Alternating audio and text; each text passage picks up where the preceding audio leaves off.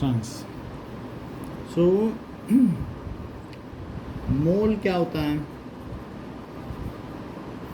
So any matter, कोई भी चीज़ होती है, एनी मैटर विच कंटेन्स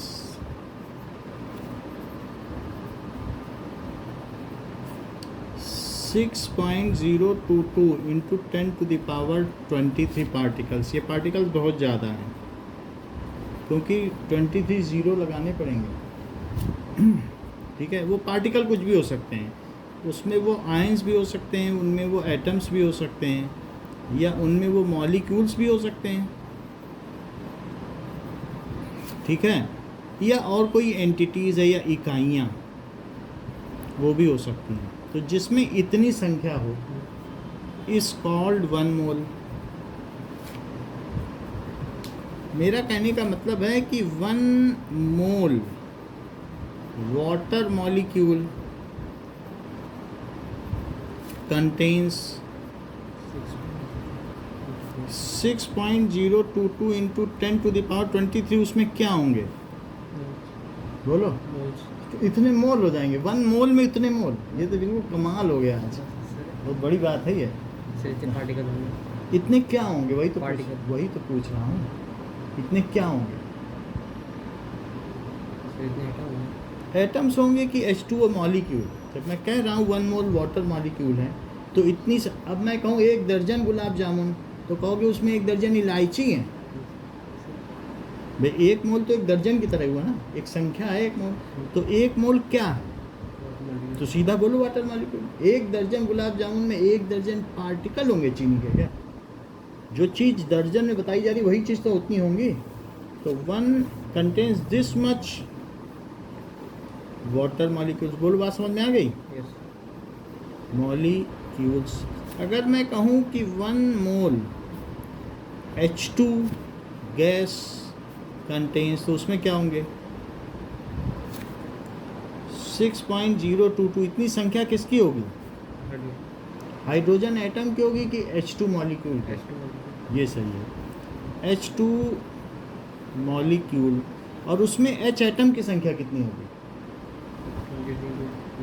बोलो, इंटू 2 कर दो, जस्ट डबल कर दो, तो क्योंकि हमने उसे तोड़ के देख लिया। अच्छा, सो इतनी बात समझ में आ गई नहीं? चलिए उधर चल के पढ़ते हैं।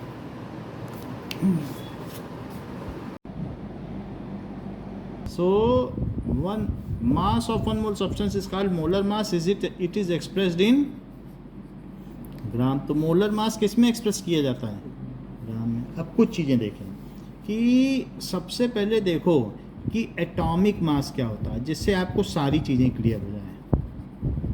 Atomic mass, mass of atom is called its atomic mass. सीधी सी बात है। Mass of atom is called its atomic mass. ठीक है, और ये किस में एक्सप्रेस किया जाएगा? It is expressed in you.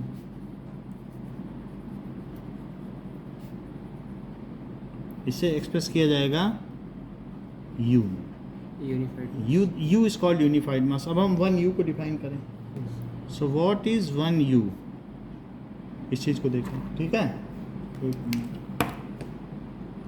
1 you it is 1/12 of mass of C12 atom. देखो इसे यूनिफाइड मास भी कहते हैं।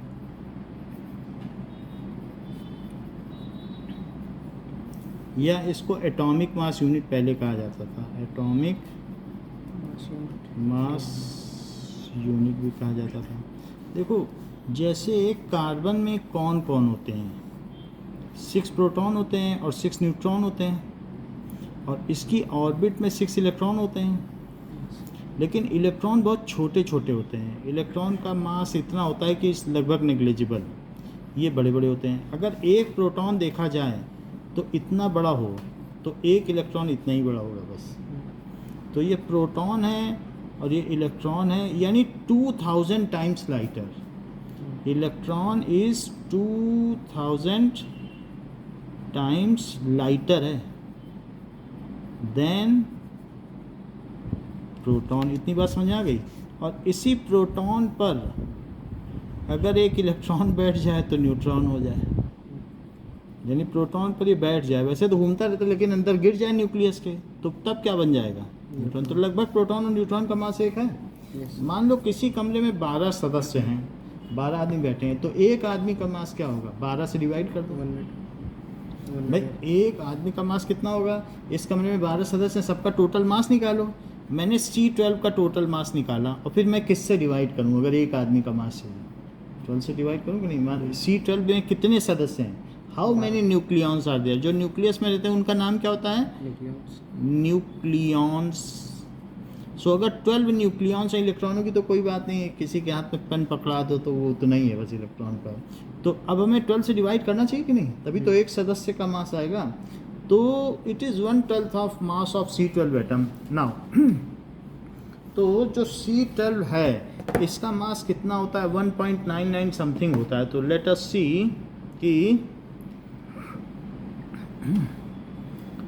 Mass of C12 atom in kg, तो हम इसका kg में मास देख Here's लें a कि summary कितना from हो जाएगा। Wikipedia. The atomic mass of a 1.99। carbon-12 So atom may be expressed in any other mass units. it is For 1 example, U the कितना होगा? atomic mass of a carbon-12 1 atom by is 12 into mass of C12 कितना है? 1.99264687992 times 10 minus 26 kilogram. 992646 यही चीज़ दी है, 87992 और into 10 to the power minus 26 kg, तो 26 लिख लो और kg ये है। तो 1 U की जो भी वैल्यू आएगी यही आएगी। ज़्यादातर चीज़ें एटम के ही तो मल्टीपल के तौर पर होंगी भाई, उसमें ये तो इलेक्ट्रॉन और प्रोटॉन कितने उसी हिसाब से उनका मास आएगा। तो ये एक तरीके से हम जो 1 U निकाल रहे हैं वो एक प्रोटॉन का ही मास है, या 1 एक न्यूट्रॉन का ही मास है। समझो ये प्रोटॉन है, ये न्यूट्रॉन है। तो ये वैल्यू अगर हर एक जो लोग डील करते हों हाइड्रोजन के मास में या वाटर मॉलिक्यूल के मास में, वो बार बात करते समय क्या 10 टू द पावर माइनस 27 बोलेंगे, तब तो थक जाएंगे। हम लोगों को तो कभी कभी डील करना है, लेकिन साइंटिस्टों की तो हालत ख़राब हो जाएगी। तो उनको एक ऐसी यूनिट चाहिए कि बस वो बोल रहे हैं 12U 13U 14U, तब तो आसान रहेगा ना। जिस चीज़ में किसी को डील करना है, अब सुनार को डील करना है तो वो मिलीग्राम में बात करेगा या ग्राम में, वो किलो में नहीं बात करेगा। नहीं तो 10 to the power minus 3 kg लगाते थक जाएगा हर एक में। तो ऐसा यूनिट भले ही kg हो, लेकिन जो जिसमें डील करता है वो उसी में बात करता है। अगर सब्जी वाले को पाव में सब्जी बेचनी तो पाव ही बोलेगा, ये नहीं कहेगा 1/4 kg। तो इस तरीके से साइंटिस्टों को ऐसी चीज़ चाहिए जो एटम के हिसाब से हो। तो एक प्रोटॉन का मास लेना उचित रहेगा। तो उन्होंने 12 सदस्यों में किससे डिवाइड कर दिया? 12 से। ये जो मास है इसमें 6 इलेक्ट्रॉन, 6 प्रोटॉन और 6 न्यूट्रॉन का सबका मास शामिल है। सो 6 इंटू मास ऑफ प्रोटॉन इसमें शामिल है, 6 इंटू मास ऑफ न्यूट्रॉन शामिल है और 6 इंटू मास ऑफ इलेक्ट्रॉन, सब कुछ। तभी तो ये आया। और मैं अब इसमें किससे डिवाइड करने जा रहा हूँ? 1/12 से। सो 1/12 से अगर मैं इसमें डिवाइड करूँ then what will be the result? Now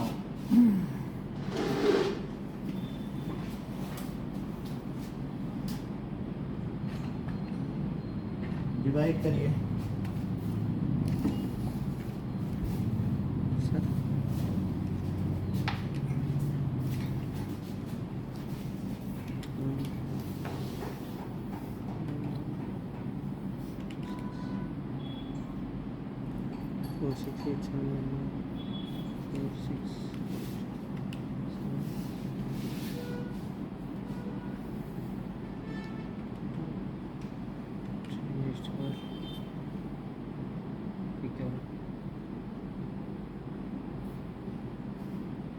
इसमें पावर कैसे लगाएं? हाँ, पावर कैसे लगाएं?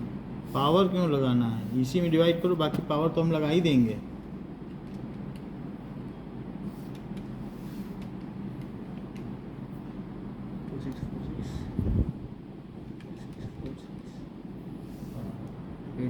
एट 7 लिख दो बस इतना।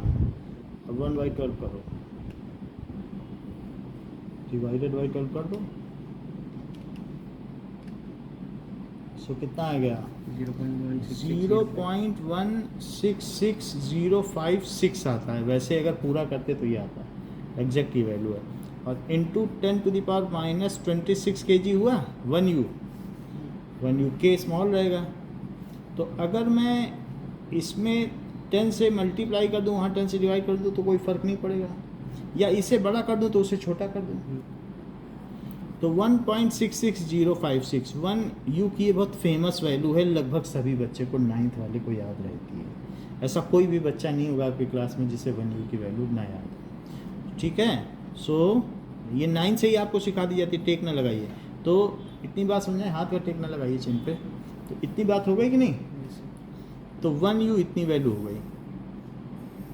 अब इसी के the mass of atom relative to 1 u is called relative atomic mass. So hello नमस्ते सर। हाँ नमस्कार। सर मेरा बच्चा है 10th में, वो ट्यूशन आपसे सर करवानी है। आप कहाँ पर है सर? या मैं सेंट्रल स्कूल की हूँ। सेंट्रल स्कूल की, तो अभी आकर मिल लें आप। तो सर आपको तो मैं बच्चे को एक दिन भेज दूँ, वो थोड़ा समझ लें। हाँ भेज दीजिए। तो कल आप 12 बजे भेज दीजिए। अभी क्या है कि बच्चों का हाफ डे चल रहा है, तो मॉर्निंग में 10th लग रहा है, तो कल परसों 12 बजे चलेगा। कल ट्रायल के लिए भेज दीजिए। ठीक है सर। सर फीस वगैरह क्या रहेगी इसमें, आप बच्चे को बता देना सर। कोई फीस के लिए बात करवा देते हैं। वैसे फीस अभी भेजेंगे 11,000 रहेगी, जो बाकी का सेशन है। Okay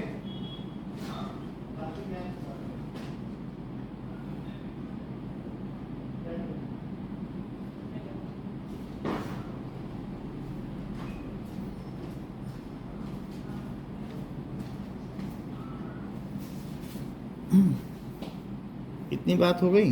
yes mass of any atom, एक है कि किसी एटम का मास हम केजी में एक्सप्रेस कर सकते हैं, लेकिन अगर मैं यू में कहूँ तो रिलेटिव एटॉमिक मास कहा जाए। एनी एटम, ठीक है, एक्सप्रेस्ड, किस में एक्सप्रेस करने जा रहा हूँ बताओ? In u is called relative atomic mass. क्या कहलाएगा? Relative atomic relative atomic mass. अब देखो, मास ऑफ हाइड्रोजन अगर हमें एक्सप्रेस करना है, सो अब केजी में अगर हम देखने जाएं तो वहाँ पर इन सभी चीज़ों में अगर लिखा हो केजी में तो नहीं लिखा होगा, तो कोई बात नहीं। तो अगर मैं कहूँ रिलेटिव एटॉमिक मास, ठीक है, relative atomic mass of hydrogen, तो आपको मालूम है हाइड्रोजन का कितना मास होता है? होता है 1.67059 होता है, इससे थोड़ा ज़्यादा होता है, ठीक है। और इंटू 10⁻⁻27 kg होता है। अच्छा, और kg को तो हमें कट करना है ना, u मिलाना है, तो एक तरफ kg लिख दूं, एक तरफ u, तो दोनों वन ही तो हुए, क्योंकि ये चीज़ सेम ही हुई। तो 1.66056 इंटू 10⁻⁻27 kg। तो kg से kg कटा, 27 से 27 कटा, और ये इससे कटेगा तो 1.008 आ गया और u आ गया। तो हाइड्रोजन का एटॉमिक मास कितना हुआ? 1 u से थोड़ा सा ज़्यादा, वो चाहे भले इलेक्ट्रॉन का ही ले लो या जो भी है, इतना है। It is relative atomic mass of it, लेकिन हम लोग 1 u बोलते हैं क्योंकि हम जानते हैं कि प्रोटॉन का जो मास है वही रख लिया जाए। रफली 9th में खूब बोला हमने 1 u, है ना। u का मतलब आपके माइंड में तुरंत आना चाहिए 1.66056 इंटू 10⁻⁻27 से मल्टीप्लाई करें तब kg आएगा। u बहुत छोटी चीज़ है कि नहीं। जैसे कि अगर मैं कहूँ कार्बन का relative atomic mass, so that is relative atomic mass of carbon, तो ये क्या आएगा? Relative atomic mass of carbon, ये आएगा 12 नहीं रहेगा, 12.011, क्योंकि उसके सभी आइसोटोप्स की एबंडेंस के हिसाब से भी तो मास परसेंटेज निकाली जाती है। जैसे आप देखते हो कोई C12 थोड़ा परसेंटेज C12 का रहेगा, थोड़ा C13 रहेगा, C14, तो अब उनका अर्थमेटिक में नहीं निकालोगे तो वो चीज़ आ जाएगी। समझ में आई? अगर आपसे मैं कहूँ कि what is the atomic mass, atomic mass of H। तो H का एटॉमिक मास क्या कहोगे? तो आप क्या 1.008 U नहीं कहोगे? अभी पीछे दिखाया है Yes, एक सही है। एटम का मास, उसमें क्या क्या होगा? एक प्रोटॉन होगा और एक इलेक्ट्रॉन, और तो कुछ नहीं होगा। और प्रोटॉन का तो मास 1 U, क्योंकि 12 सदस्यों में 12 से डिवाइड किया था, तो प्रोटॉन ही तो मिलेगा, हाथ में आएगा। या न्यूट्रॉन मान लो, या उनके बीच का मान लो, ना प्रोटॉन रहा ना न्यूट्रॉन, ठीक बीच का रहेगा कि नहीं जब आप 12 से डिवाइड करोगे। अच्छा, ये एटॉमिक मास है। अब मैं कहूँ नहीं, हमें तो एटॉमिक नहीं चाहिए, हमें मोलर मास चाहिए। क्या चाहिए? मोलर तो मास। कितनी संख्या लेनी पड़ेगी एच एटम की? क्या अवागाड्रो के बराबर नहीं लेनी पड़ेगी? 6.022 इंटू 10 टू द पावर, ये अवागाड्रो नंबर है ना। यस तो मैं कहूँ कि मोलर मास क्या लिखूँ? Molar mass of H atoms. H atoms की ढेरी लगा दी, इतने सारे एच एटम कि जितने धरती पे पार्टिकल ना हो। 10 टू द पावर 23 मजाक बात तो है नहीं। तो अब उसमें क्या, उसमें आप ये नहीं लिखोगे कि एटॉमिक मास, बल्कि उसे रिलेटिव एटॉमिक मास लिखना चाहिए, क्योंकि हमने यू में एक्सप्रेस किया है। तो क्या लिखा जाए इसे? रिलेटिव एटॉमिक मास, और इनटू आवागाड्रो नंबर, क्योंकि 1 मोल ले रहे हो। 1 दर्जन केले का वजन तो 12 से नहीं मल्टीप्लाई करोगे, तो मोलर में लोगे तो फिर आवागाड्रो नंबर से करोगे ना। तो आवागाड्रो नंबर। अच्छा, इसका मोलर मास कितना है? क्या 1.008 U है, और आवागाड्रो नंबर कितना होता है? 6.022 इंटू 10 टू द पावर 23, इतना हो गया। अच्छा, अब इस U को, क्या आपको 1 U की वैल्यू मालूम है? बोलो। 1.66 -27 kg है।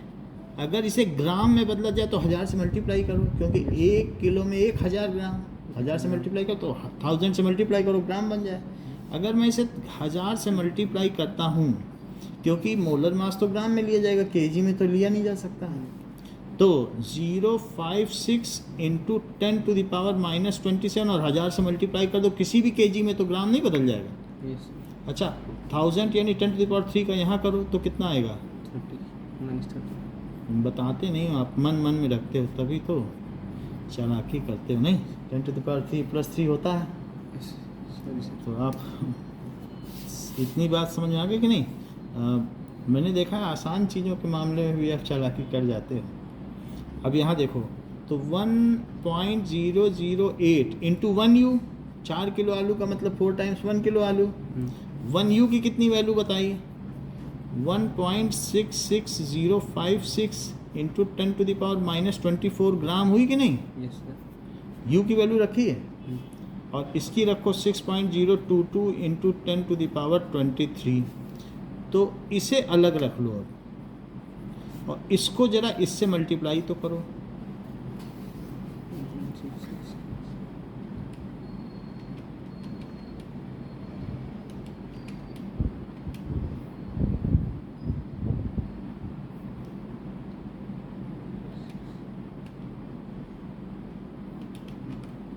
कितना आया? 9, लगभग इसे 10 मान लिया जाए। 9.999 कितना आ रहा है? 10 मान लिया, क्योंकि हमने इसके आगे की वैल्यू तो छोड़ ही दी। तो करोगे सही से तो 10 आ जाएगा, बहुत सारा छोड़ ही दिया इसके आगे। और -24 और +23 से क्या आएगा? तो हर चीज़ में हम जानते हैं आपको भी गलत बताओगे, इसी वजह के -1 आ रहा था। तो चालाकी नहीं करनी चाहिए। तो 1.008 और 10/10 कितना आ जाएगा? 10 और डिवाइडेड बाई 10 कितना आएगा? तो ये 1 है, और ग्राम तो था ही, तो ग्राम आ गया कि नहीं? जो चीज़ U में थी, क्या वही चीज़ मोलर मास में ग्राम में आ गई? अगर आप देखो तो ये U यही है, और ये Na है। ये क्या चीज़ है? क्या आवागाड्रो नंबर नहीं है? Na, N0 भी कह सकते हो, और ये U है। ये क्या चीज़ है बताओ? तो 1 U और N0 की वैल्यू क्या होती है? यही तो 1 ग्राम है।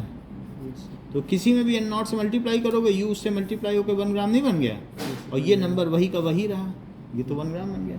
तो अगर मैं कहूँ कि मुझे बताओ कि मॉलिक्यूलर मास ऑफ वाटर कितना हुआ, तो इसमें कितने एटम हैं? 18 यही है। तो 16U इसका हुआ और इनका 1U तो ये कितना हुआ? 18 एटॉमिक मास ऑफ O और plus 2 times into atomic mass of H। बोलो बात सही है? Yes sir. Mass of H तो इट इज 16U और प्लस 2 इंटू 1U तो क्या 18U हुआ? Yes sir. लेकिन अगर मैं कह दूं मोलर मास तो तुरंत U को किस में बदल दो, क्योंकि N0 से मल्टीप्लाई करने वाले हो और U और N0 मिलके क्या बन जाते हैं? ग्राम। ये इसी तरीके से लिया ही गया है N0 की, उसे ठीक ग्राम में बदल दे। तो बताओ अगर मॉलिकुलर मास पूछूं तो U में बताना और मोलर मास पूछूं तो किस में बताओगे? ग्राम। So molar mass of H2O कितना हो गया? 18 ग्राम। 18 ग्राम। एक टाइम में कितने मोल पानी पी लेते हो?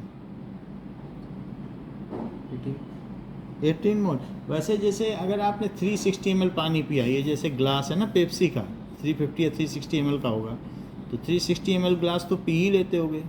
360 ml है या 360 ग्राम, 1 ml में 1 ग्राम होता है जनरली, तो 360 ग्राम है तो 18 ग्राम का 1 मोल तो 360 ग्राम में कितने मोल? 20 मोल। तो सही आंसर आपने बताया 18 मोल। तो क्या आपने डिवाइड मनी मन में कर लिया? आपने सोचा होगा 360 तो नहीं पीता हूँ, 340 ही पीता हूँ, नहीं? तो नंबर ऑफ मोल्स कैसे निकालोगे? जितना वजन है 36 ग्राम में कितने मोल?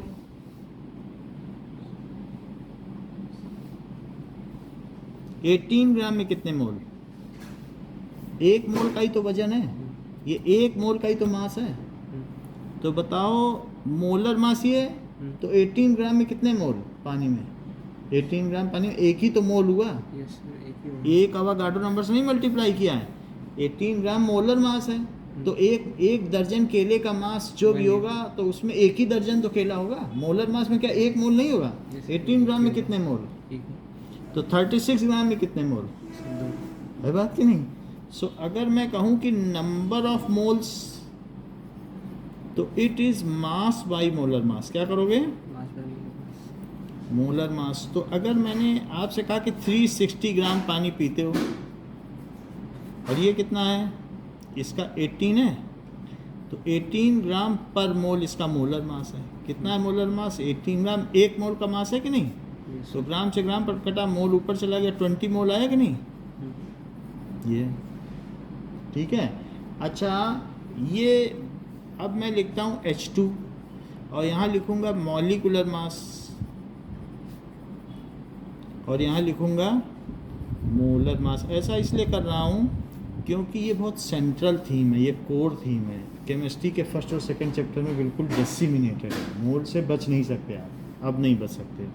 9th में चल गया काम, अब तो सब पूरी जगह मोल आ जाएगा कि इसके कई सवालों में मोल है।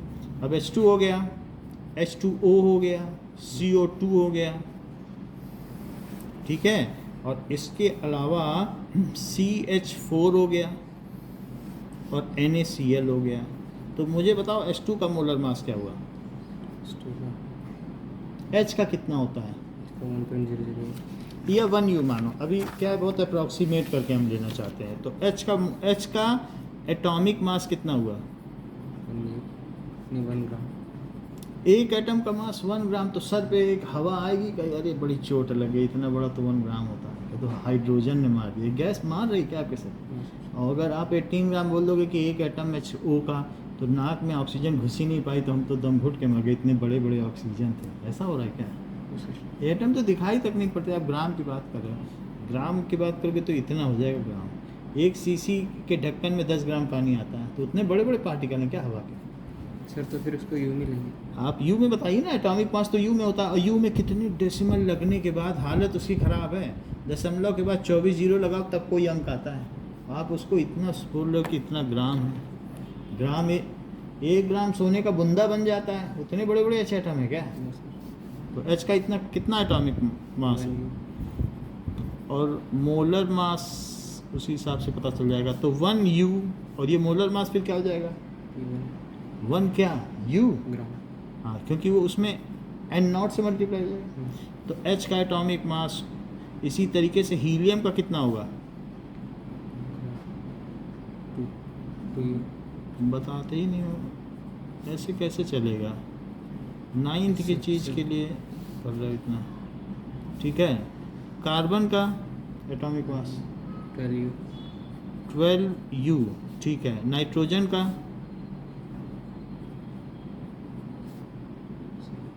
23 नहीं ये तो देखो ना उसके सेंटर में कितने न्यूट्रॉन प्रोटॉन हैं, क्या वो चीज़ नहीं पता है आपको? 14 तो 14U, 7 न्यूट्रॉन है, 7 प्रोटॉन है। 14U, ठीक है। ऑक्सीजन का 16U 16U, ठीक है। तो 8 और 16, ठीक है। कार्बन का हो गया। सल्फर का बताओ 16 32, तो 32U। इतनी बात समझ में आ गई? जैसे आप इस तरीके से याद कर सकते हो कि ही लीबे बकनॉफ नीना मग आलसी PS कलर के का PS कलर के का, इसका मतलब क्या है?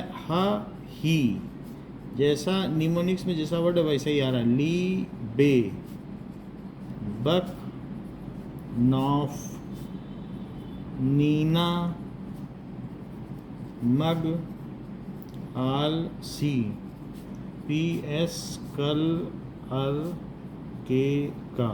इतनी बात समझ आई? इसके आगे स्कटी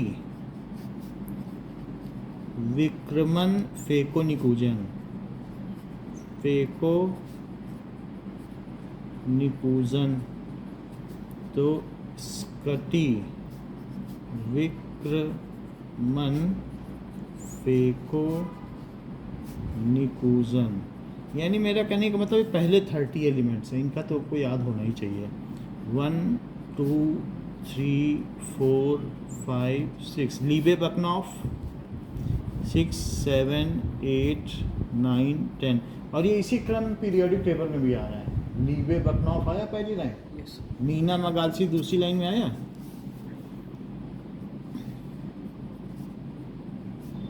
सर याद तो है, बस थोड़ा काउंट करना। अरे तो काउंट करो, हमें सही चीज़ तो बताओ, हमको क्यों परेशान कर रहे हो? 21, हम तो छोटी छोटी चीज़ पूछे, हम तो बड़े ही नहीं, अभी 6-7 पे ही हैं। जैसे हीलियम का पूछा, अभी तो दूसरा ही नंबर पूछ रहे हैं, उसमें क्या याद रखोगे? हमें सोते सोते बता दें। 22 23 24 25 26 27 28 29 30। चलो अब इनके एटॉमिक नंबर बताओ। 1U इसका बताओ। सर इसका 4, 4U इसका। इसका ये 6, 7 क्यों नहीं? एक न्यूट्रॉन ज़्यादा नहीं होता है? 3 प्रोटॉन 4 न्यूट्रॉन। यस इसका 8, क्यों? एक ज़्यादा नहीं होता है? 4 प्रोटॉन 5 न्यूट्रॉन। 9U, ठीक है। एक प्रोटॉन ज़्यादा है, एक न्यूट्रॉन ज़्यादा है इनमें। इसका बताओ। 11, हाँ, इसमें भी एक ज़्यादा है। इसमें बताओ। इसमें 12, इसमें इक्वल है। इसमें 14, इसमें भी इक्वल है। इसमें ऑक्सीजन 16, क्योंकि 6 प्रोटॉन और 6 न्यूट्रॉन, 16 व्यक्ति हैं इसमें, तो 16U हो गया कि नहीं? इसमें कितने व्यक्ति रहते हैं? 14, 19, हाँ सही है, यानी 10 न्यूट्रॉन और 9 प्रोटॉन। इसका बताओ। 20, 20 इसका। इसका 23, इसका सही बताया, इसका n की जगह बता रहे थे आप। फिर कितने न्यूट्रॉन रहते होंगे इसमें? सर न्यूट्रॉन 11, क्यों? 11 तो प्रोटॉन ही है, बाकी जो बच गए वो न्यूट्रॉन नहीं हुए। कितने न्यूट्रॉन हैं? 12, फिर देख के बोलो ना, सब्ट्रैक्ट करके बोलोगे तभी तो न्यूट्रॉन आएंगे। Yes. ये तो प्रोटॉन ही है ना। इसका बताओ। 24, 24 इसका। 26, 26 क्यों? 27, 27, एक ज़्यादा हो जाएगा, ठीक है। और बोलो। 28, ये भी ठीक है। ये 30, 31, एक ज़्यादा होता है। सल्फर का 32, 30, सही है, 32 ही होता है। ये 34 35, 18 होते हैं, कभी कभी तो 37 है, 20 भी हो जाते हैं, तभी तो 35.5 आता है एवरेज मास। Yes sir. समझ में आई बात कि नहीं? और अर्गन का 38 40 क्यों नहीं, 22 होते हैं न्यूट्रॉन। Yes sir 22। इसमें इसमें 42 39, 20 होते हैं, इसमें भी 20। याद रहेगा, इतना ही याद रखो, आगे के नहीं याद रखनी है। कभी कभी थोड़ा बहुत काम पड़ जाता है, इसका 65 है, इसका 56 है, चलो वो हम बाद में देखेंगे, लेकिन 20 के याद रखो। अब इतनी बात याद हो गई। जब इतनी बात याद हो गई है, सबके आपको पता है, तो अब मुझे H2 का मॉलिक्यूलर मास बताओ। 2U 2U और इनका मोलर मास बताओ। 2 ग्राम। 2 ग्राम। इतनी बात समझ आ गई। इन सभी को फिल करो कि किसका किसका कितना मॉलिक्यूलर मास है, कितना मोलर मास है, और इसके बाद N2 को भी फिल करो, ठीक है। N2 का कितना, इसी में फिल करना। फिर इसके बाद ओके नाउ H2SO4 का फिल करो, इसी के साथ ही साथ आपको याद हो जाएगा। अच्छा, कार्बन डाइऑक्साइड दे दिया, H2SO4 NaCl हो गया, Na2CO3 का फिल करना, सबके टोटल करके करना। 106 है, इसका 98, फिर भी आप खुद करना। Cl का कितना होता है एटॉमिक मास, 19 बोलो। 35। 35.5 होता है कि नहीं, पढ़ा है कि नहीं? Yes sir. 35.5 यू, ठीक है, सही बता रहे। HCl का भी लिखना, HCl CaO, इतने का लिख लो। मैं एक चाय लेके नीचे से आता हूँ, तब तक इतना भरो आप। What are supplementary units? पहले हमने देखा बेस यूनिट्स, अब हम देखेंगे उसके साथ 2 सप्लीमेंट्री होती हैं। So along with 7 base units there are 2 supplementary units। वो 2 कौन कौन सी हैं? These are plane angle and solid angle।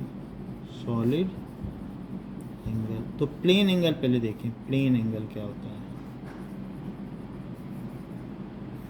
ठीक है।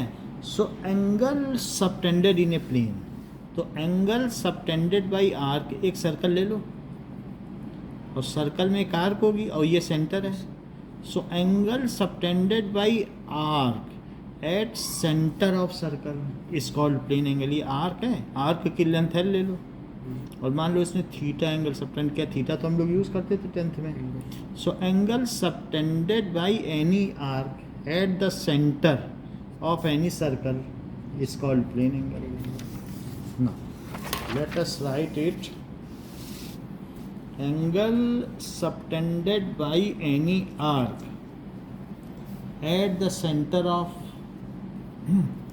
angle subtended by arc at center of circle is called plane angle. तो फिर प्लेन एंगल कितना होगा? मान लीजिए जैसे जैसे आर्क बड़ी होती जाएगी तो क्या प्लेन एंगल बढ़ता जाएगा? बढ़ता ही जाएगा। Yes sir. अब मान लो आर है, छोटी आर्क है तो क्या छोटा प्लेन एंगल, यस सर। और बड़ी आर्क हो गई तो क्या बड़ा प्लेन एंगल बनता ही जाएगा। Yes sir.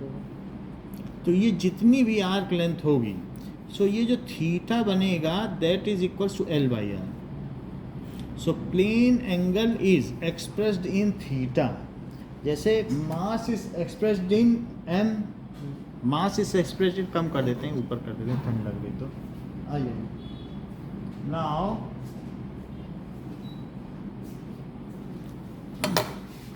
थैंक यू, एक मिनट। ठीक है सर। सो जो प्लेन एंगल है, plane angle is expressed in theta. जैसे मास को हम नहीं एक्सप्रेस करते हैं, एक फिजिकल क्वांटिटी होती है, उसे m सेट करते हैं, फिर उसे लेंथ को l से करते हो, फिर इसे m से करते हो, मास को m से करते हो तो इसे kgs करते हो। इतनी बात समझ आई? सर प्लेन एंगल का सिंबल है थीटा। हाँ, और इसकी यूनिट है रेडियन, उसे RAD से करेंगे, यूनिट रेडियन है।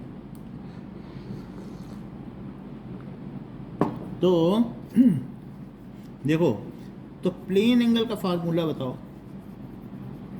It is equals to arc upon radius. इसका क्या फार्मूला हुआ? यानी थीटा का क्या फार्मूला हुआ? क्या L/R? क्योंकि L हमने आर्क दिखाया। अच्छा, एंड L भी मीटर में और ये भी मीटर में, तो इस तरीके से तो ये यूनिटलेस हो गया। दो प्लेन एंगल, क्योंकि एंगल तो यूनिटलेस है, तो दो एंगल इज यूनिटलेस। तो प्लेन एंगल कैसा है? Is unitless, but it is express. लेकिन लोगों को कैसे पता चलेगा? कुछ यूनिट नहीं लिखेंगे। But it is expressed in radian, expressed in radian, या इसे RAD कहें। अब ये समझिए बोल क्या रहा है। मान लो कि जैसे ये सेमी सर्कल है, बताओ इसकी आर्क लेंथ कितनी हुई सेमी सर्कल की? बताओ। मतलब अगर ये R रेडियस है तो ये कितनी लेंथ हुई?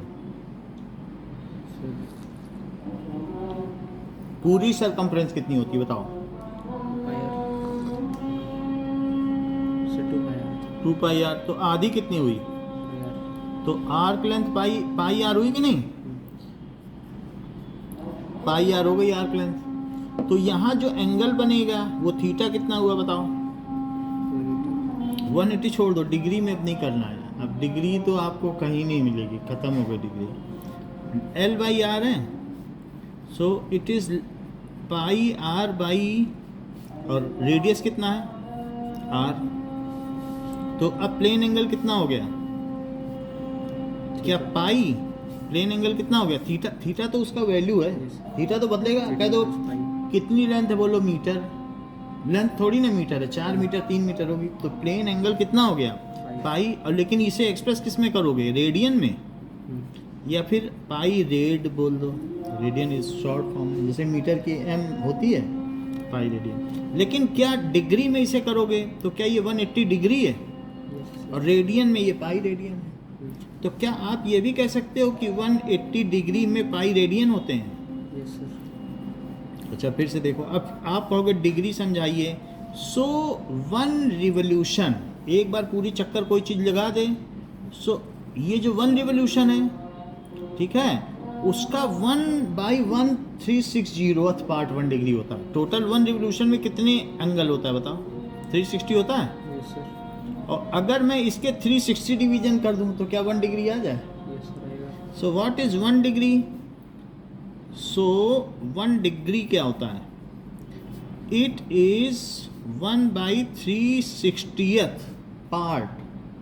360th डिग्री ना लगाओ, 360th पार्ट ऑफ 1 रिवोल्यूशन। एक चक्कर का इतनावा हिस्सा 1 डिग्री है। बोलो है बात कि नहीं? Into 1 revolution. अच्छा, अब हम फिर इस पर आए। 180 डिग्री में पाई रेडियन है। अच्छा, तो 1 रेडियन क्या 180 डिग्री बाई पाई हो गया? अच्छा, पाई की वैल्यू कितनी होती है? यह 3.14। जरा इससे डिवाइड करो, 1 रेडियन में कितने डिग्री हुआ बताओ? डिवाइड करो।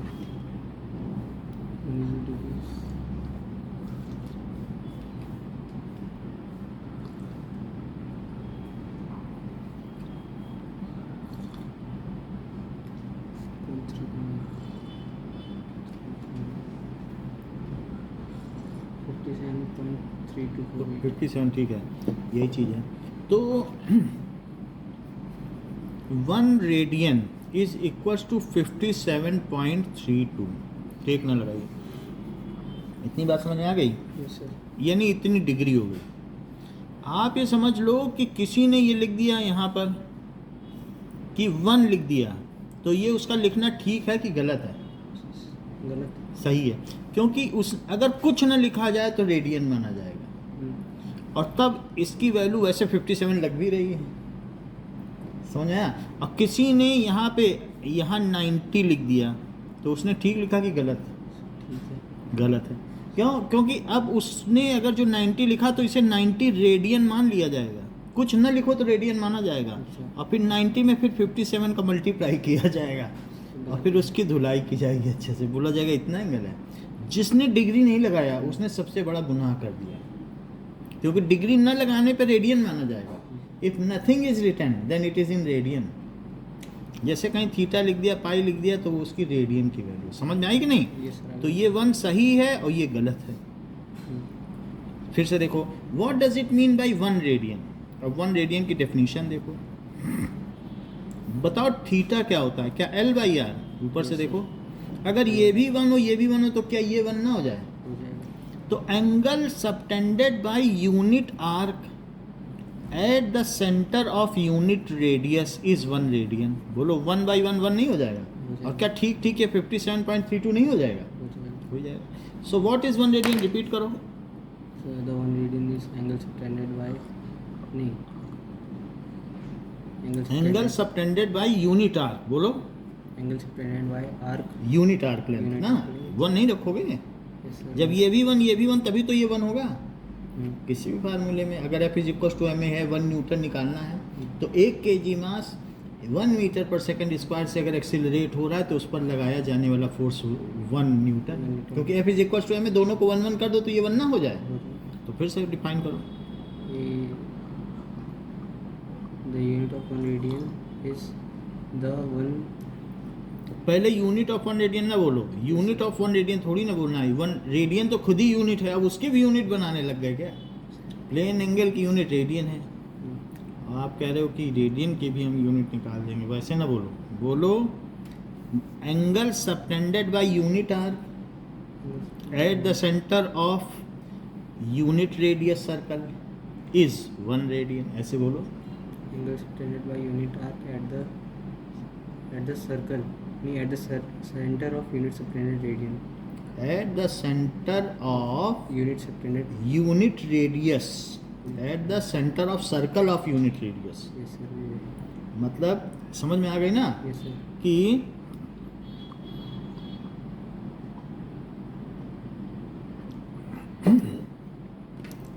इकाई चाप द्वारा किसी वृत्त के केंद्र पर जिसकी त्रिज्या इकाई हो जो कोण अंतरित किया जाता है उसे 1 रेडियन कहते हैं। आप हिंदी में बोल दो, हम लोग हिंदी भाषी हैं, या इंग्लिश अच्छी लगती तो इंग्लिश बोल दो, लेकिन बोल दो एक बार।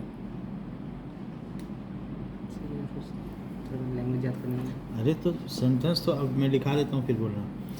Angle subtended by unit arc, क्या बोलोगे? Angle subtended bye angle subtended by unit arc, है ना? 1 रखा कि नहीं इसकी जगह? yes sir और रेडियस भी कितना ले लिया, तो क्या 1 रेडियन नहीं हो गया? yes sir angle subtended by unit arc at the centre of circle of unit radius.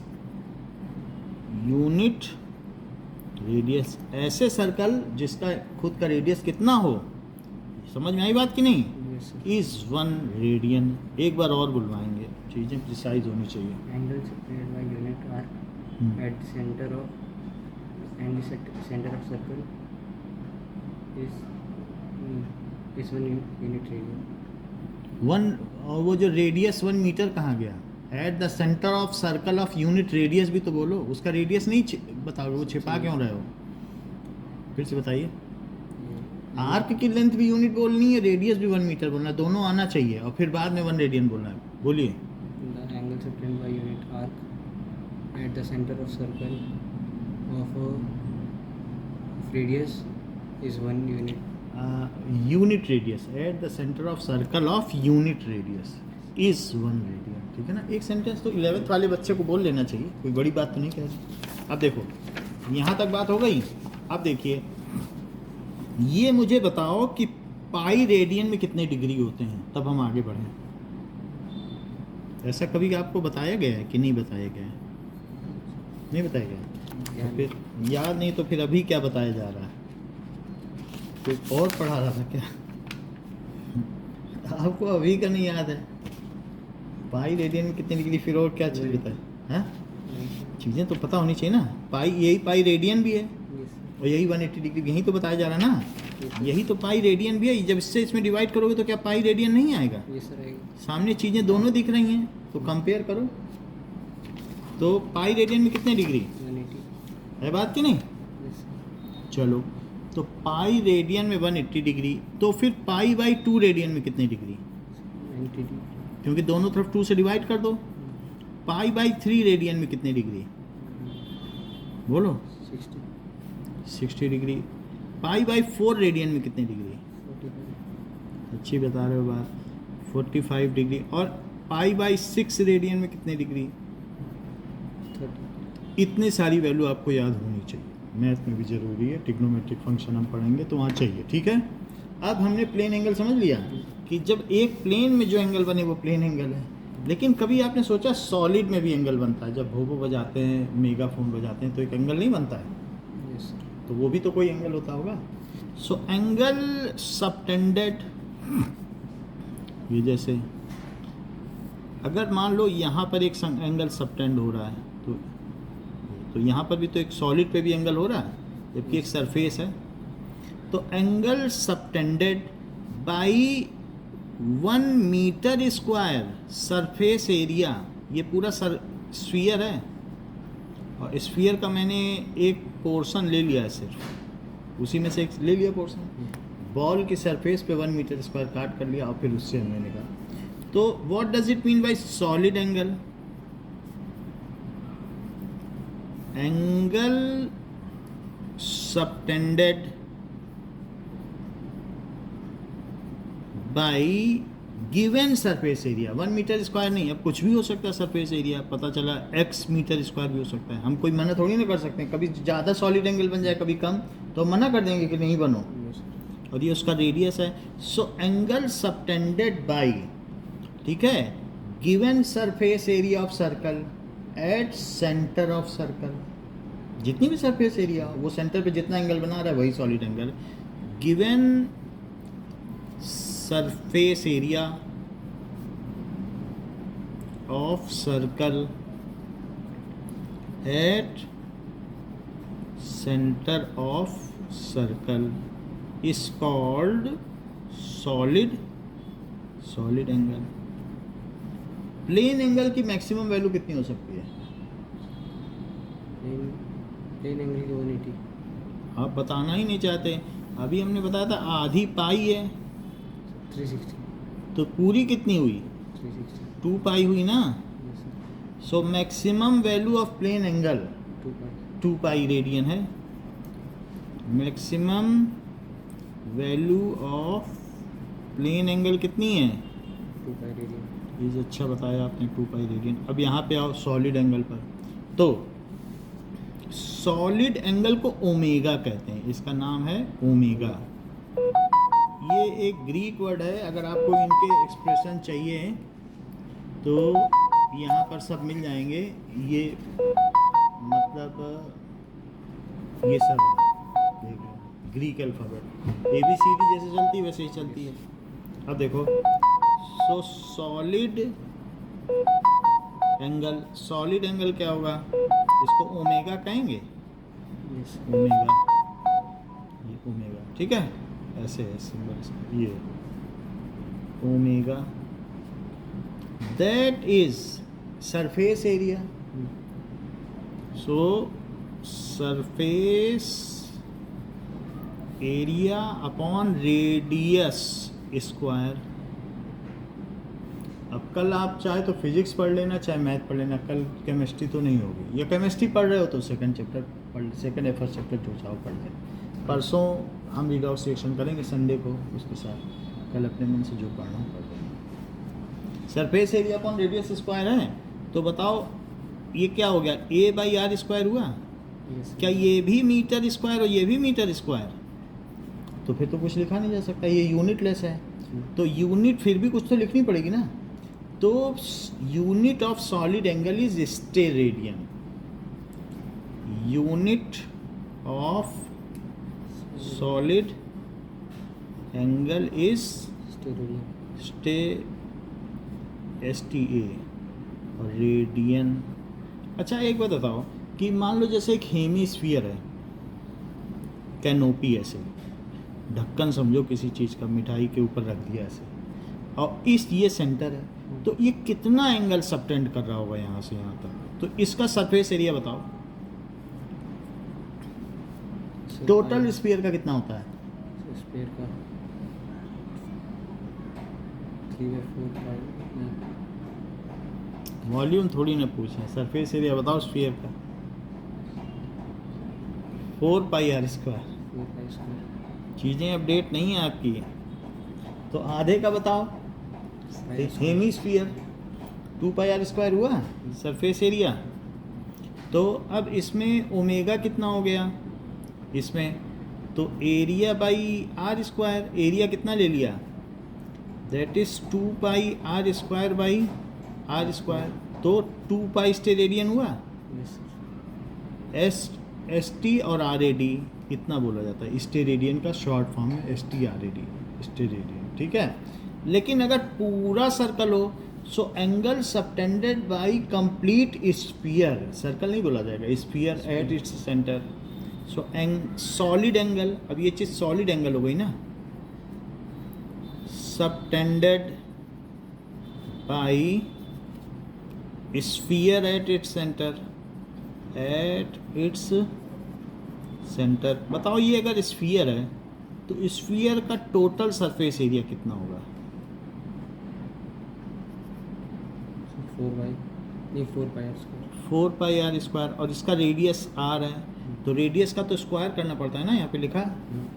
तो फिर ओमेगा कितना हो जाएगा? क्या 4 पाई r square by r square. Yes sir. तो क्या ये 4 पाई हो गया?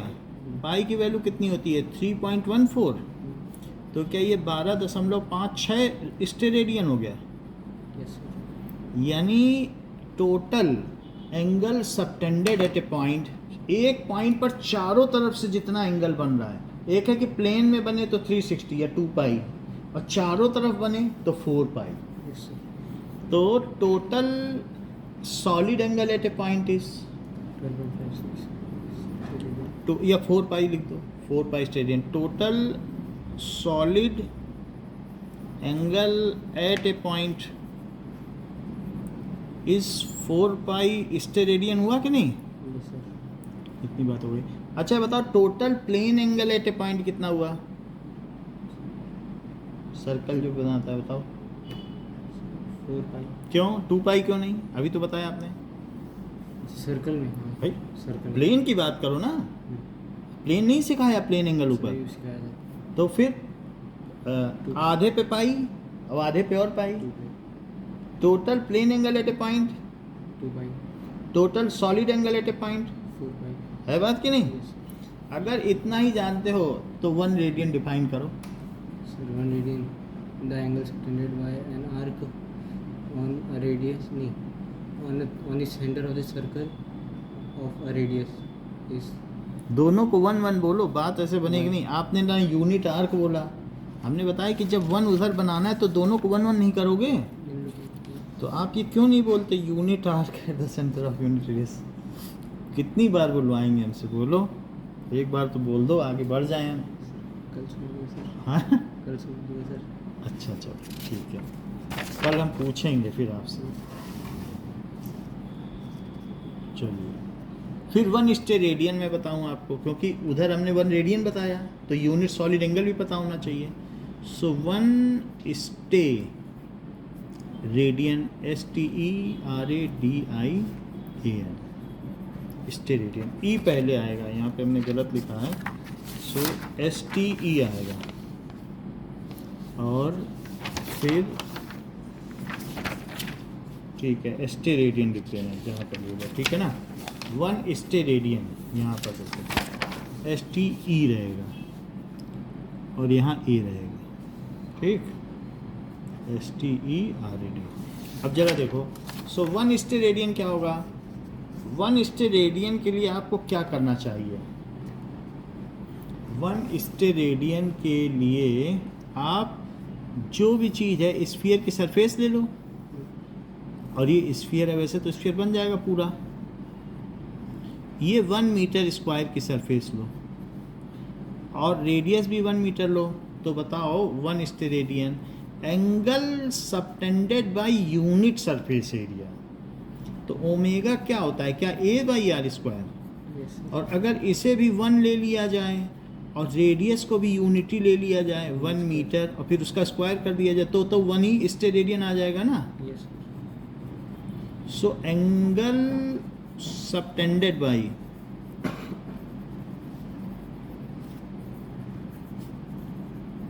Unit surface area at centre of circle of unit radius eight centre of circle of, सब कुछ होना चाहिए, यूनिट सरफेस एरिया भी बोला और ये भी 1 बोला। Centre of circle of Units. Unit radius is called 1 steradian. समझ में आई बात की नहीं? Yes, sir. बोलो। The angle subtended by n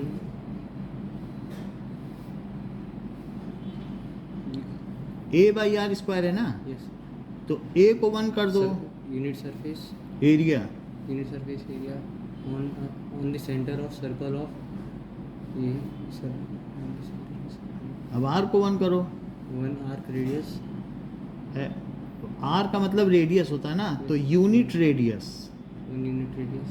है ना, इज कॉल्ड 1 स्टेरेडियन। समझ में आई बात की नहीं? तो इतनी बात हमें पता चल गई कि स्टेरेडियन क्या होता है। Yes. ओके, अब हम लोग समझेंगे कि कैंडेला क्या होता है, ल्यूमिनस इंटेंसिटी। तो 2 सप्लीमेंट्री आपको यूनिट पता चल गई। तो ल्यूमिनस इंटेंसिटी कि कभी भी जो लाइट किसी चीज़ में से निकलती है तो लाइट ऐसे नहीं है, इसमें फोटॉन्स बहुत से निकलते हैं, एनर्जी के पैकेट, मालूम है ना। Yes. लाइट एक पार्टिकल भी है और वेव भी है, इसमें से बहुत सारे पार्टिकल आ रहे हैं, गिर रहे हैं, Yes, sir. Packet of energy, उन्हीं को तो फोटॉन कहते हैं। तो photons are the packet of energy, वो निकल रहा है, वो वेव की तरह चल रहा है। Light is particle as well as wave. तो अगर वो बोल रहा है कि जो भी ल्यूमिनस इंटेंसिटी इसकी यूनिट कैंडेला है, so that is amount of light. Luminous intensity क्या है? इट इज की luminosity which we enables us to see something. तो किसी भी सरफेस पर जितनी लाइट पड़े, जितने फोटॉन गिरे यूनिट सरफेस पर और पर सेकंड, उसे ल्यूमिनस इंटेंसिटी कहते हैं। मान लो जैसे यहाँ पे यूनिट सरफेस है, 1 मीटर इधर लो, 1 मीटर इधर, बहुत बड़ा होता है, इतना हो जाएगा 1 मीटर, और इतना यहाँ लो, इतने पे जितने फोटॉन गिरे, अब फोटॉन ही ना गिरे उसको जूल में बदलो, तो जूल में बदलोगे, और जूल पर सेकंड को क्या वाट कहते हो? Yes, sir. वाट कहते हो। और साथ में वो कह रहा नहीं, यूनिट सॉलिड एंगल पे गिरे, यानी यहाँ का यहाँ कितना हो गया 1 meter. 1 मीटर स्क्वायर, और यहाँ से वहाँ की दूरी भी 1 मीटर हो, 1 मीटर दूरी 1 मीटर एरिया, और उस पे जो गिरे वो एनर्जी वो कितनी हो तब हम उसे 1 कैंडेला कहें। क्योंकि ल्यूमिनस इंटेंसिटी क्या हुई कि ल्यूमिनस इंटेंसिटी का मतलब है कि that light which enables us to see something, so that is energy falling on unit area per second is called luminous intensity, and its unit is candela. Energy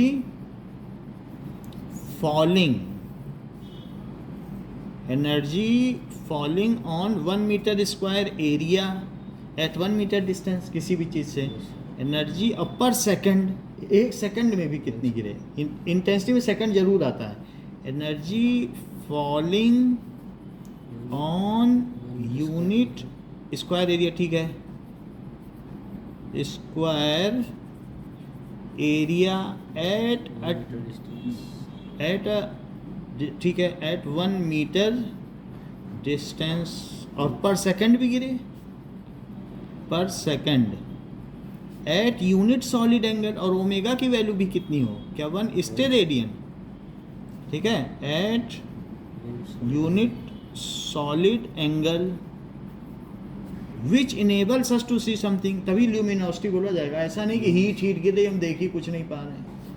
विच जो हमारे rods and cones जिसको ससेप्ट कर सकें, ठीक है, which enables us to see something, उसे क्या कहेंगे, इज ल्यूमिनस इंटेंसिटी। और इसकी यूनिट क्या है, इंटेंसिटी। इसे आई न्यू कहते हैं, आई वी नहीं कहते हैं, न्यू। न्यू का मतलब है फोटॉन से होता है फ्रीक्वेंसी, न्यू का मतलब क्या होता है, फ्रीक्वेंसी, जो उसकी पर सेकंड कितने ऑसिलेशन है। फ्रीक्वेंसी तो यही चीज़ होती है, नंबर ऑफ ऑसिलेशन, किसी भी चीज़ की फ्रीक्वेंसी। फ्रीक्वेंसी क्या होती है, पर सेकंड। एक सेकंड में कोई चीज़ कितनी बार वाइब्रेट होती है उसे फ्रीक्वेंसी कहते हैं। नंबर ऑफ ऑसिलेशन पर सेकंड, ठीक है कि नहीं, उसे फ्रीक्वेंसी कहें। कोई भी चीज़ कितनी हो, तो लाइट भी वाइब्रेट करती है 10⁻15 टाइम्स पर सेकंड करती है, ये बहुत ज़्यादा है। अच्छा खैर कोई बात नहीं। Its unit is unit of luminous intensity क्या है बताओ, इंटेंसिटी इज कैंडेला। कैंडेला में एक एल है, कैंडेला, तो 1 कैंडेला फिर डिफाइन करना पड़ेगा, जो भी यूनिट डिफाइन करेंगे तभी तो 1 कैंडेला को 1 CD कहते हैं। कह रहा है कि वैसे तो लाइट अलग अलग कलर में होती है, रेड से ब्लू तक जाती है, रेड से ब्लू सारी कलर है, लेकिन जो मिडिल वाला कलर है वो येलो है, मिडिल कलर। तो वो ज़्यादातर आप पीली लाइट या सोडियम लाइट देखोगे चौराहों पे लगी रहती है, पीली लाइट ही आती है, तो न रेड से देखी जाती है ना ब्लू से। It is the luminous intensity a source that emits monochromatic radiation. ये जो फ्रीक्वेंसी है ये येलो लाइट की है।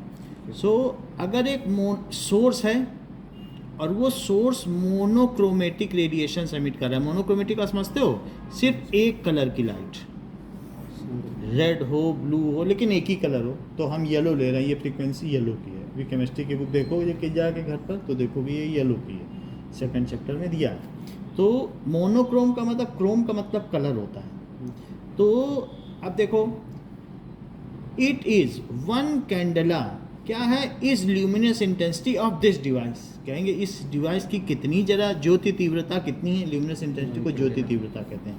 तो 1 कैंडेला इसकी ल्यूमिनस इंटेंसिटी कब कही जाएगी, the luminous intensity of a luminous object. Luminous object और नॉन ल्यूमिनस ऑब्जेक्ट पढ़े हो, जो अपना खुद से प्रकाशित होते हैं, जैसे स्टार ल्यूमिनस ऑब्जेक्ट है, और कुछ होते हैं इल्यूमिनेटेड ऑब्जेक्ट जो उसके प्रकाश से प्रकाशित होते हैं।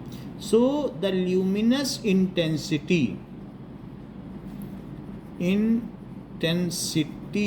Of a light emitting device is said to be 1 candela of light emitting device is said to be, कब 1 candela कही जाएगी, said to be 1 candela कब कही जाएगी बताओ, ये तब कही जाएगी if it emits a monochromatic light. यदि ये कौन सी मोनोक्रोमेटिक लाइट एमिट करे, येलो कलर की, येलो का, if it emits monochromatic light of frequency. Frequency आपको बताया ना, न्यू को कहते हैं फ्रीक्वेंसी, कितने ऑसिलेशन हो रहे हैं, ऑफ फ्रीक्वेंसी। उसकी फ्रीक्वेंसी कितनी हो, जो फोटोन इसमें से गिर रहे हैं उनकी फ्रीक्वेंसी कितनी होनी चाहिए, 540 इंटू 10⁻12 हर्ट्ज हो, हर्ट्ज, ठीक है। और इतने वाट, यानी जो इसमें एनर्जी गिर रही है वो कितने वाट हो, इतनी तो उसकी फ्रीक्वेंसी है कि कितनी बार ऑसिलेट कर रहा है।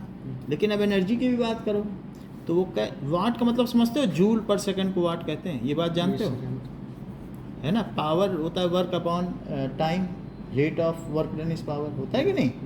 तो कितने वाट गिरे इस पूरे 1 मीटर स्क्वायर पर, 1/683 वाट। वाट है तो जूल पर सेकंड बोलो, 1/683 जूल पर सेकंड। और क्या कह रहा है, पर स्टेरेडियन। ये एंगल कितना होना चाहिए, 1 स्टेरेडियन। ओमेगा है तो ये STRAD, ठीक है ना। यूनिट स्टेरेडियन में अगर वो इतनी एनर्जी फेंक रहा है तो वो यूनिट स्टेरेडियन में वो कहीं जाएगी थोड़ी ना। तुम यहाँ हाथ लगा लो, यहाँ हाथ लगा लो, यूनिट स्टेरेडियन, सॉलिड एंगल तो बढ़ता ही जाएगा। Yes, sir. जहाँ तक सॉलिड एंगल जाए, सॉलिड एंगल को पूरा घेरो, वो पूरी एनर्जी पा जाओगे। Yes, sir. यहाँ रखो सॉलिड एंगल तो यहाँ भी उतनी ही पाओगे, वहाँ रखो तो ये, तो इतने की हो। और उसकी रेडिएंट इंटेंसिटी क्या, वो फोटोन तो तुम्हारे ही हैं यूनिट सॉलिड एंगल में, चाहे दूर जाओ चाहे पास जाओ, यहाँ जाओगे तब भी वही फोटोन तुम्हारे हैं, चाहे यहाँ रहो चाहे यहाँ रहो। 1 मीटर स्क्वायर की तो कोई बात ही नहीं है, जहाँ भी रहोगे वो तुम्हारे पूरे फोटोन हैं। यूनिट सॉलिड एंगल को घेर लो, क्या तो यहाँ से जितनी चीज़ें निकलेंगी वो हमारी है, बात कि नहीं। सो ये है। और आगे has a radiant intensity, has a radiant intensity of 1/683 what पर स्टेरेडियन, पर स्टेरेडियन। तो उसे क्या कहेंगे, इज कॉल्ड 1 कैंडेला। उसे क्या कहेंगे, 1। देखो इसमें से कोई भी डिफिनेशन याद नहीं करनी, ये वाली कोई भी नहीं याद करनी, ये किसी काम की नहीं, बस आपको समझाया इसलिए क्योंकि इससे कई टर्म्स आपको याद हो गई, कई जानकारियाँ इसमें छिपी थी, तो पढ़ा, ये पूछा नहीं जाएगा, ये सब पूछे जाएंगे। ये याद कर लेना, ये याद कर लेना, यहाँ की कोई चीज़ नहीं पूछी जाएगी आपसे। सिंबल पूछे जा सकते हैं, और बेस क्वांटिटी के कौन कौन सी बेस क्वांटिटी हैं, और कौन कौन से उनके सिंबल ऑफ यूनिट क्या हैं, सिंबल ऑफ बेस क्वांटिटी, इतना पूछा जाएगा, ये नहीं पूछा जाएगा। इतनी बात समझ आ गई आपको। तो आज के लिए इतना ही रखते हैं।